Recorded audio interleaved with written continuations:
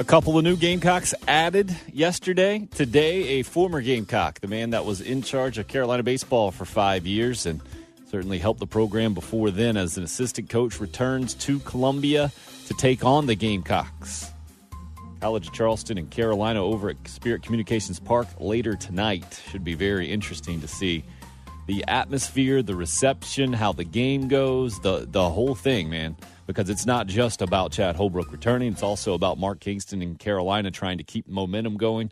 8 of their last 10 games they've won. And collegiate baseball. Did you see this thing? They have Carolina ranked 11th in the country. Like, baseball polls have always been a little uneven. But, man.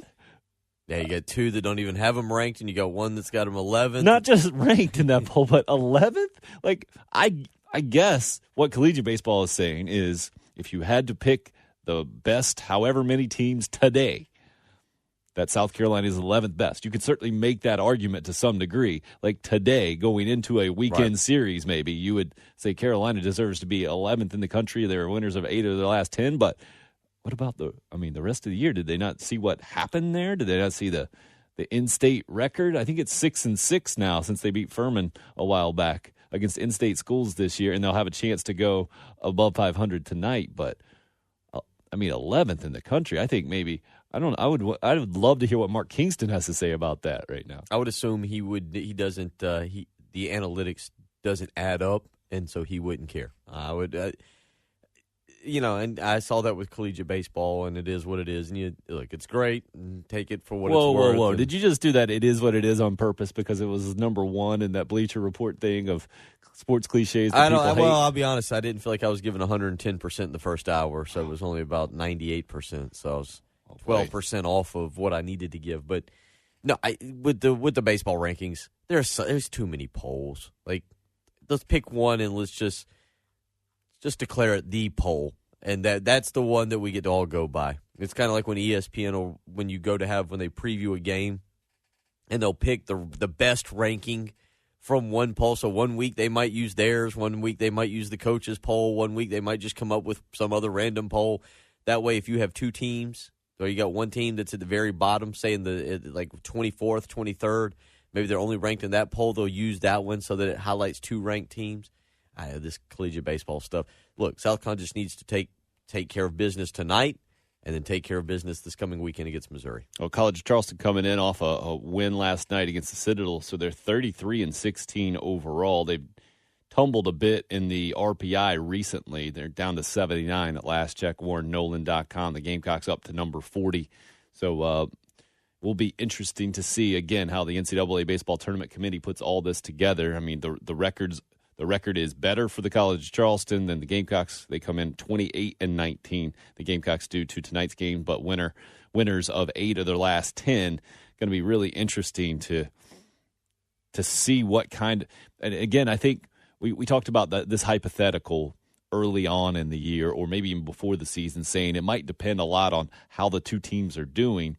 You mentioned the Mark Richt comparison of a program that was ready to move on from a coach. And Rick goes to Miami, and clearly that's worked out on both fronts. Georgia plays for the national championship last year, wins the SEC championship, something that Mark Richt was basically the only knock on his resume. He just couldn't get Georgia over the hump for years and years and years, and that's why Georgia fans kind of wanted to move on. And Kirby Smart made that happen last year.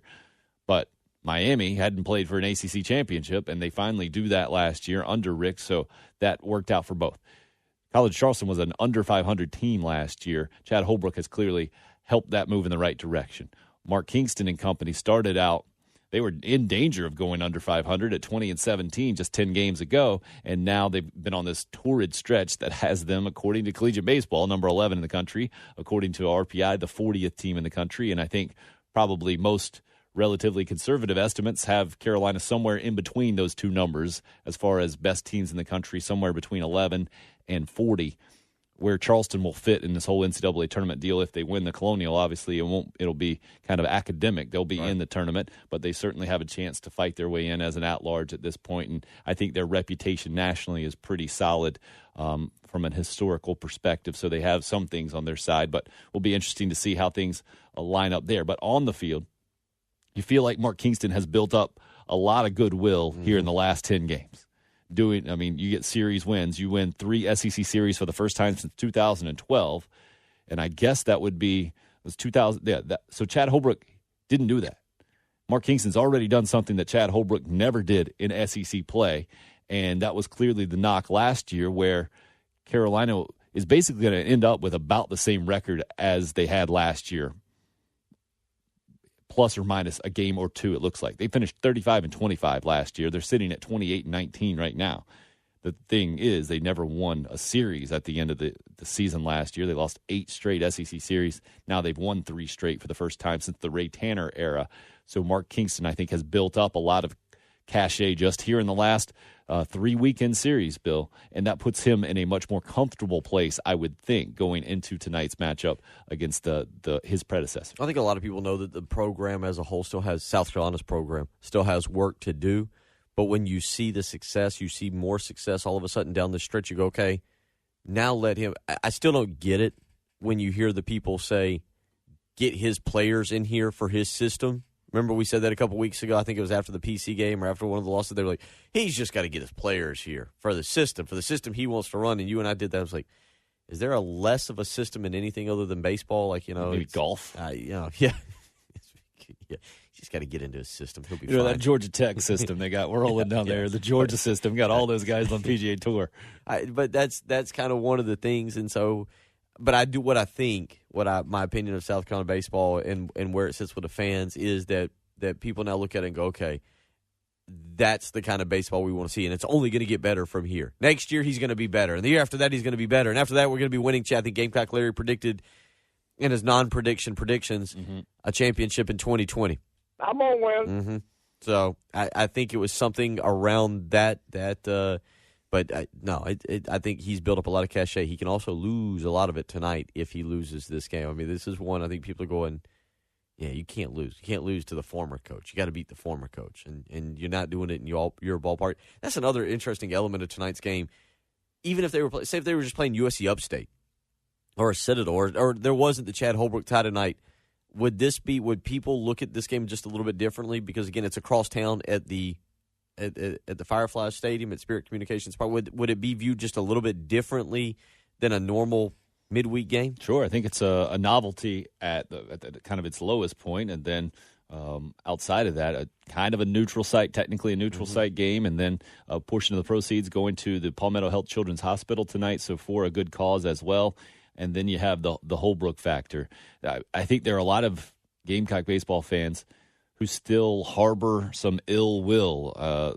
There is that faction that says he was given a Cadillac and ran it off the ditch kind of thing with a program because not making the NCAA tournament 2 of the last 3 years.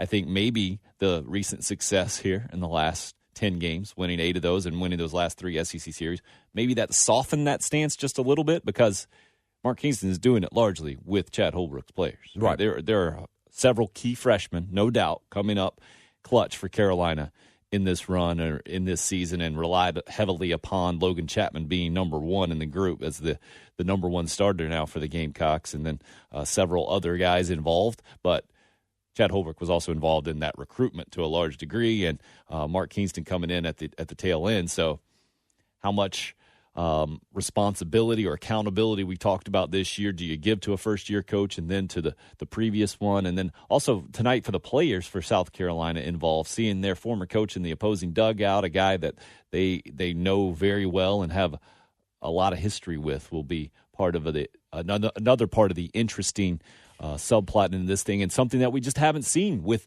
Gamecock athletics. You mentioned it in hour number 1, Bill. Brad Scott is the best example that we have, the closest thing that we have, a former head coach at Carolina playing against his former team, but he did it in an assistant coach capacity at Clemson, and you had the rivalry thing in there, and it's a little different. This one, as a head coach, is really something we just have not seen. We don't even see, like, former players really come back. I mean, Dan Reeves was an NFL coach that never came back. Does that make you don't see like former players that have gone on to coach, been head coaches at other universities? So like Chad Holbrook and Mark Kingston, both North Carolina guys, if they were taking on, and as they did take on their former program, that's a different deal, right? Right. I mean, we don't even see much of that. Like if if Oklahoma State were to make a return trip and play South Carolina here in the next 2 or 3 years, and all of a sudden you get Mike Boynton coming back in.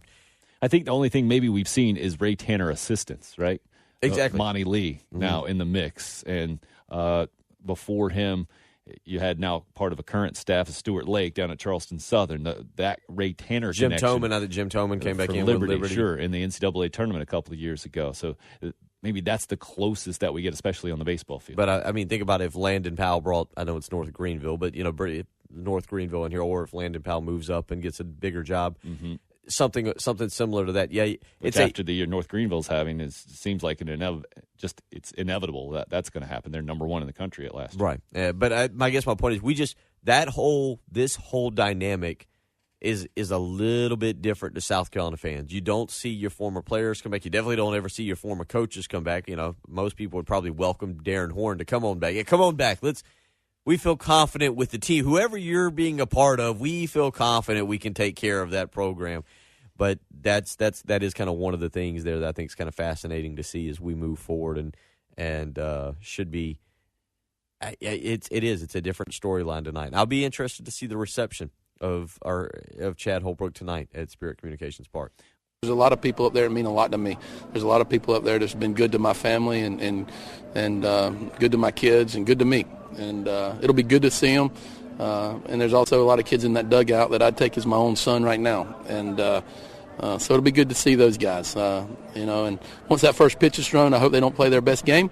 And I hope we play one of our best games of the year, because that's probably what it's going to take.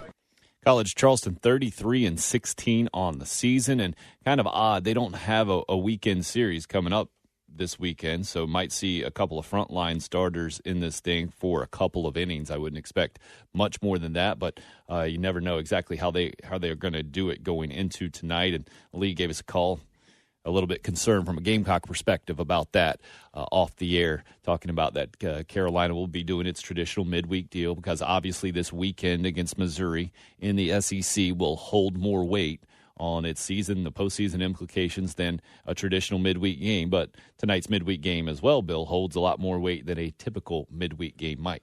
Well, take Chad Holbrook out of it. If it could be any coach down at Charleston right now. You mentioned 33-16. They are trying to do anything they can to bolster their resume to get into the NCAA tournament. So right now, for reference point, there's 79 in the RPI. College of Charleston is. But this would be a marquee win for them. One that certainly you throw that on with the sweep of Georgia earlier this season. That would give you a pretty strong resume against some NCAA tournament teams. So even if you take Chad Holbrook out of the situation, this is a game College of Charleston really, really wants and really, really needs to win. And on the flip side of that, with this, I think it's just a 6-6 record against in-state schools this year. Mark Kingston needs to continue to help pad that number and reestablish that the Gamecocks are the preeminent program, or certainly one of the preeminent programs in the state of South Carolina. No doubt, but I think if you said, can you beat College of Charleston, or can you win the last two series? Can you win both of them? Missouri, right, if you had to choose. If you had to would choose. you rather? Would you rather? There you go. Yeah. Would you rather win the last two series, Missouri and A&M, or would you rather beat? I feel like Kingston would say we'd rather win the last two SEC series. We'd rather go at least a minimum of 4-2 and win those last two SEC series than we would beat Charleston. But for Charleston, this is something that looks a lot better on the resume, just in case they can't win their conference's tournament. Mm-hmm. So I think that's one thing to look at tonight when you got, because there's going to be people who, if he runs a couple of his frontline starters out there for multiple innings, go, he was way more invested in beating South Carolina than South. Well, yeah, but also because, again, it means a lot to them in terms of trying to get into postseason play. Yeah, but the weird thing about baseball is it might be better for the Gamecocks if they see the better College of Charleston pitchers. Oh, no, there's no doubt about it. It would be better. It would help them a little bit better. No. I see what you're saying, because they might perform better. Yes. Because what we've seen this year is in midweek games against in-state smaller schools where they throw out guys that sometimes have a double-digit ERA, like Presbyterian did a couple of weeks ago. Carolina struggled to score runs against what we've seen the last 3 weekends, against really good pitching staffs, against guys with big-time velocity. The Gamecocks love that. They eat it up. They're averaging almost 10 runs a game. Good point. So maybe, Lee, I hear your concerns, and that's a logical, rational way to look at it, but the way that baseball works, the way that this season particularly has worked for the Gamecocks, it might be better for them to see some quicker arms out there, guys with better velocity and quote better pitchers or more frontline guys for the College of Charleston. Now, Carolina usually has gotten to some of these guys in the SEC in the third or fourth innings, usually the second time around the lineup. So if you're only going to see them one time, maybe it'll be a different deal, and maybe the College of Charleston thinks they'll have some success running their guys out there for a limited pitch count that they would normally have a bullpen today, and that could be tough for Carolina to handle. I understand that. It's going to be really interesting to see what happens tonight. I'm almost more interested on the other side of things. Carolina has now proven in the last 10 games that they can hit good pitching and do it consistently in 10 games. What we haven't seen from Carolina in those 10 games is consistent pitching. We've seen really good pitching to start the LSU series in 16 1/3 scoreless innings. And then after that, we've seen the Gamecocks basically just out-hitting people to win games. And then in midweek games all season long, we haven't seen a consistent guy like we had seen through the years for Carolina baseball. That's kind of that next guy in line to join the weekend rotation eventually when other guys cycle out of the program. You don't have that right now for Carolina. Will be interesting to see what happens tonight. I know Carmen Majinski gets the start. He's the obvious guy that would be on that trajectory. I think he had a good start last week, but he's been kind of wildly up and down all season. To me, all that says is how comfortable they feel now with Ridge Chapman in the back end of the bullpen. Mm-hmm. Because to me, your natural assumption would be that, okay, maybe Ridge Chapman is the guy that maybe gets the midweek start, but going with Majinski, to me, that says they really, really like how that bullpen is now starting to fall into place and what they can do moving forward. Oh, they also like a freshman who can pump it up there 95 miles an hour as well. He's got the stuff. It's just been a little inconsistent this year. 4.02 ERA is what Carmen Majinski has going into tonight, a 2-4 record. Evan Sisk, he's a junior lefty, going for the College of Charleston. Really good numbers for him. 8-3 on the season as a record, 2.95 ERA. He's thrown a bunch of innings, so he's their weekend guy. He's one of their weekend guys. Will be interesting to see what happens there from the Gamecock standpoint, going against a proven productive lefty on the mound tonight, and we'll see how much time that Evan Sisk will see against the Gamecocks. We'll continue to let you hear more from Chad Holbrook as we roll on this morning. Let's get into a little of Carolina basketball. I mentioned Frank Martin. I was interested to see the news.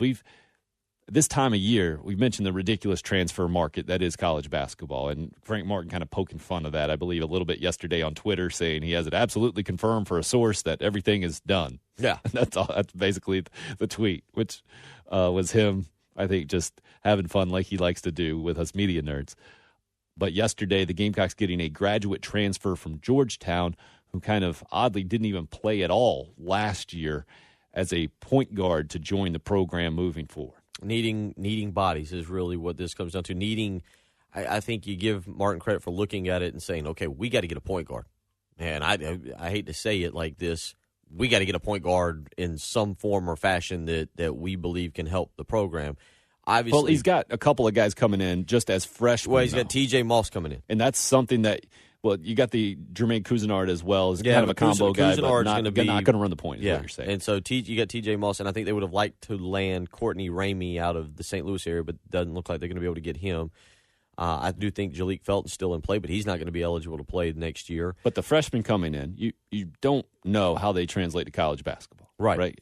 From when you go to the graduate transfer route, even though the guys you brought in last year were kind of last-minute additions to the program and ended up, I think, pretty wildly uneven. Frank Booker more consistent than Wes Myers. Right, yeah. But at least you knew they had some experience to draw from. They had much more, I guess you could count on than just a complete wild card in a freshman wait a minute, where you just really don't know. Let's get to that in a minute. Let's go with why I think that you had to, because I think people are going to look at Trey Campbell's numbers and go 3.4 points a game, and this was 2 years ago. He's coming from Georgetown, by the way. South Carolina has really nothing at the point guard position. Yeah, we were kind of counting on Rakim Felder to somehow stay out of trouble or do what he had to do and get there. Well, now all of a sudden he's not there, and so you look at it and you go, okay, you got to replace him with someone. Again, in an ideal world, it's an upper level recruit or a big time transfer, or it's But Trey Campbell, you've got to have bodies because otherwise you're back to Hassani Gravett running the point, TJ Moss, a freshman. So at least with this, you get a guy who, again, coming out of high school, was considered a top.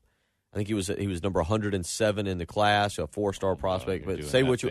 But no, the point being is he was highly thought of. Mm-hmm. And for whatever reason, it's not worked out at Georgia. There's been a coaching Georgetown. Sorry, It's not worked out at Georgetown. There's been a coaching change. Maybe that stunted his growth a little bit there. But for whatever reason, it's not really developed for him.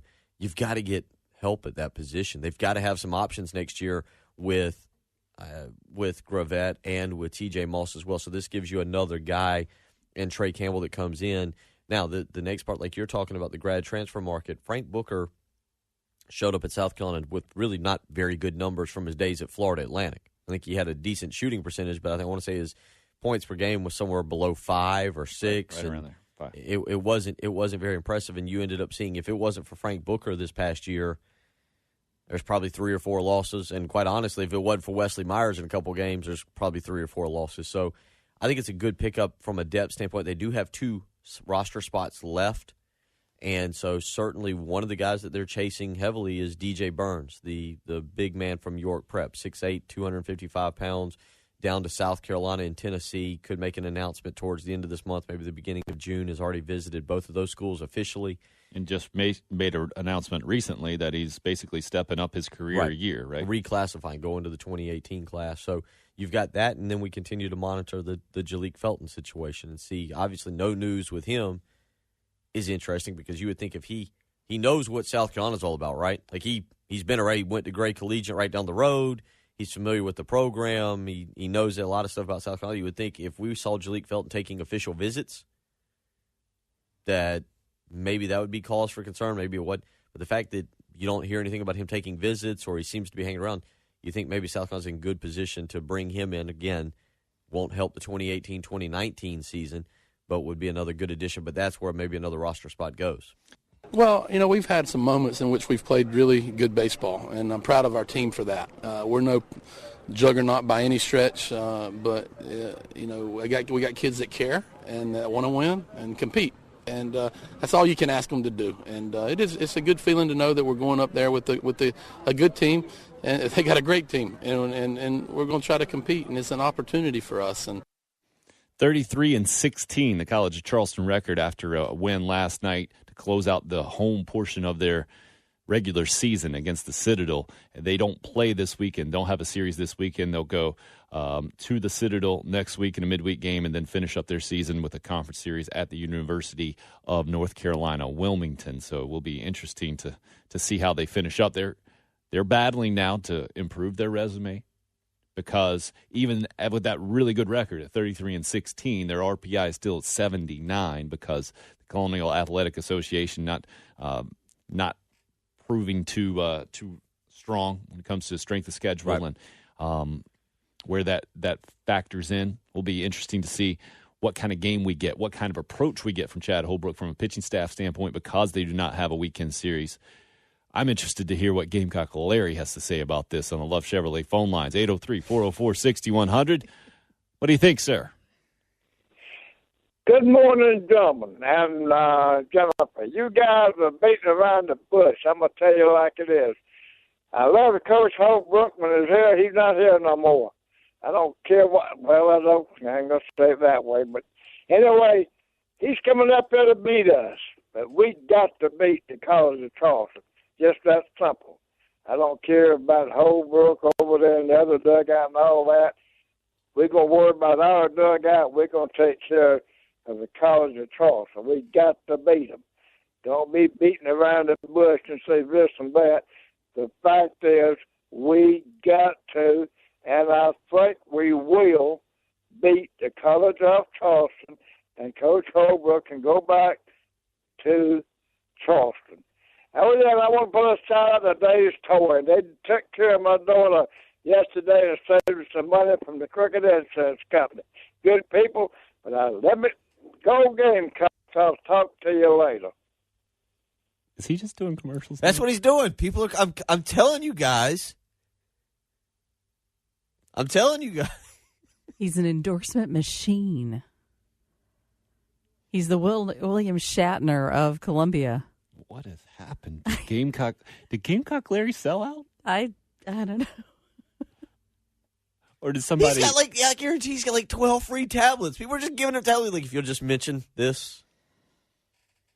We're going to have to watch Gamecock Larry. I'm guessing. Next time, you got to ask some more questions. Mm-hmm. Make sure. Yeah, I was putting on my screened Sperry's correctly. this morning when I was...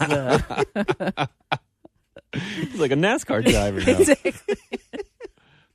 I tried to tell you guys this week, a week ago, and everyone's like, "No." Well, it made more. He's a nice old man. He would never do that. Now all of a sudden, he just. Mm-hmm.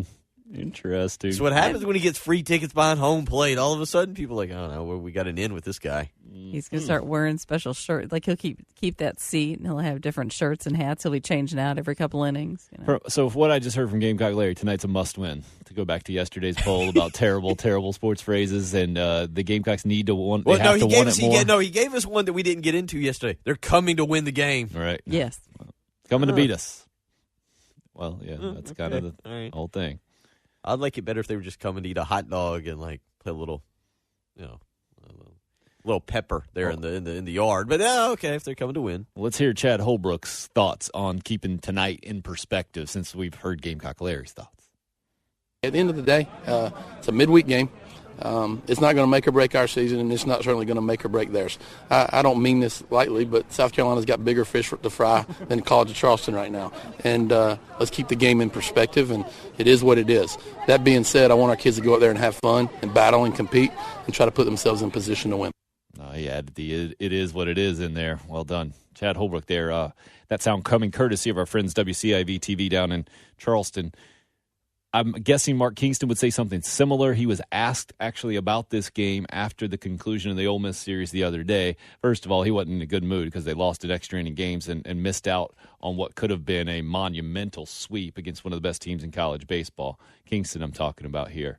But then it reminded me a lot of Steve Spurrier when he was asked multiple times, time after time, about playing his alma mater, Florida, when he came here at South Carolina, basically doing anything to kind of sidestep and downplay his role in this thing, because Mark Kingston, I believe the question was posed specifically about having played with Chad Holbrook at the University of North Carolina and overlap there, and then the thoughts about the thing, and he just basically said, yes, they did overlap, but hadn't thought about that because in the middle of the SEC season. So from the coach speak perspective, clearly it's a midweek game. It's not as important as a typical conference series. But from a reality standpoint, and Gamecock Larry, we're not going to beat around the bush.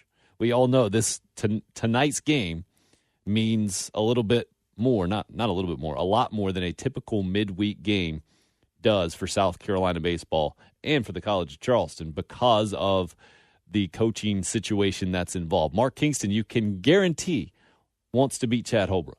And Chad Holbrook, you can guarantee, wants to beat the University of South Carolina, especially after how things ended. Now, I'm interested to know how fans are approaching this game. Brian hits us up on the Shepherd's Glass inbox this morning. He says Gamecock Central has a poll about booing Chad Holbrook, where 23% say they would boo him tonight. Brian says, I would certainly hope not. That's a show. How do you read this? I certainly hope not. Show a lot of class, he says. Do people think he didn't want to win here? Let's remind him of what a great job he had here. That's Brian via the Shepherd's Glass inbox. And I would take that poll with certainly a grain of salt. First of all, that's an internet poll that you can click on anonymously. When you actually go to an event and you do something in person and you see the other person there, and then you get reactions of other people around you, mm-hmm. I'm guessing a lot of people would frown upon the boos being thrown out. I sure hope they don't. But let's be very clear. So I'm just saying, like, in general, they announced the coach's name, which people are hardly paying attention to before a baseball game anyway, because you're usually trying to get your snacks. Tonight you might be trying to get some different beverages that are available at Spirit Communications Park that aren't available at Founders Park. So that's not going to be a big deal. The interesting part to me will be if this is a close game, if there is a controversial play, if the opposing team, meaning the College of Charleston's coach, comes out of the dugout to try to prove his point or make a case to an umpire. Kick a little dirt. Which never is received well by Gamecock fans, how it will be received here specifically. That will be part of tonight, or could be part of tonight's. Now, it could be a midweek game that is largely not competitive, and that's never comes into play. So from a Gamecock perspective, I think ideally you hope that it's an early offensive display like we've seen in the recent last 10-game stretch, and things don't get too uncomfortable or too close, too competitive down the stretch. And it's easy then, I think, for Gamecock fans to show Chad Holbrook some class and show that they appreciate his efforts and now have moved on and turned the page. I don't know. People, there are, I guess, some people who maybe just like they hold anger still towards Steve Spurrier, who accomplished a lot at South Carolina. I get the feeling there's going to be a lot of people tonight, especially now that you can drink over at Spirit Communications Park. Maybe you can indulge a little bit, and there might be people who hold on to that anger a little bit tighter tonight when they see Holbrook introduced. Maybe I'm wrong. Maybe people are actually happy to see it. Because, again, I think it's such an interesting dynamic. You don't really always get it. We've had two coaches, Will Muschamp at Florida, Chad Holbrook here, where people really liked the guy that was away from the field. They understood what he was doing from the community and the genuine character of that guy.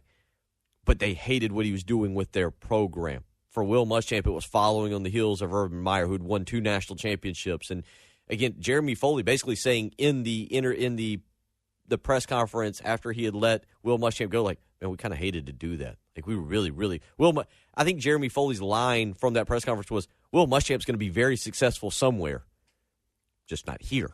And for a lot of people, I think it was with the same thing with Chad Holbrook. Like, man, we really appreciate everything you're doing with the Win Anyway Foundation and everything you're doing, but we hate what you're doing with our baseball program, so please go do that somewhere else.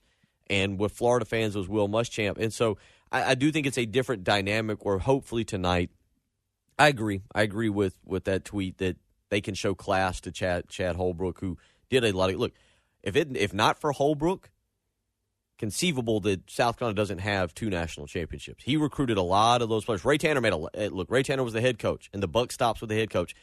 But what happened with Chad Holbrook coming into this university as an assistant and some of the players he recruited and helping build that program is a big reason that they went on to win 2 national championships and play for a 3rd. Yeah, it got to be weird to be in Ray Tanner's shoes tonight, watching that ball game, seeing a guy that was in your dugout right beside you, coaching for the other team, the guy that you put in charge of your program and then had to move on from at the end of last season. Got to be, I would think, an emotional night, certainly much more than a typical Wednesday night game here in May with a couple of SEC series left.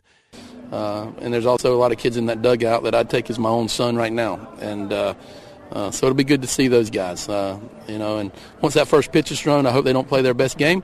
And I hope we play one of our best games of the year, because that's probably what it's going to take. 33-16, the record for the College of Charleston, and that audio coming from WCIV-TV down in Charleston.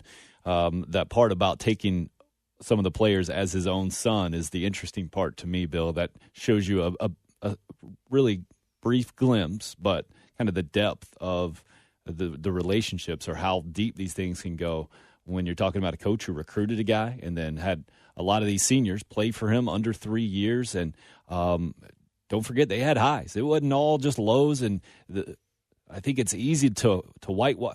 If you tell me that a coach had a record of 200 and 106, I tell you that coach was pretty dang good. And yet, I think Gamecock fans have a different perception of the Chad Holbrook era because it came immediately after Ray Tanner's ridiculous run of a couple of national championships and then playing for a 3rd in a row. There's no doubt. I mean, there's no like, I get it. The program wasn't the same. I'm not.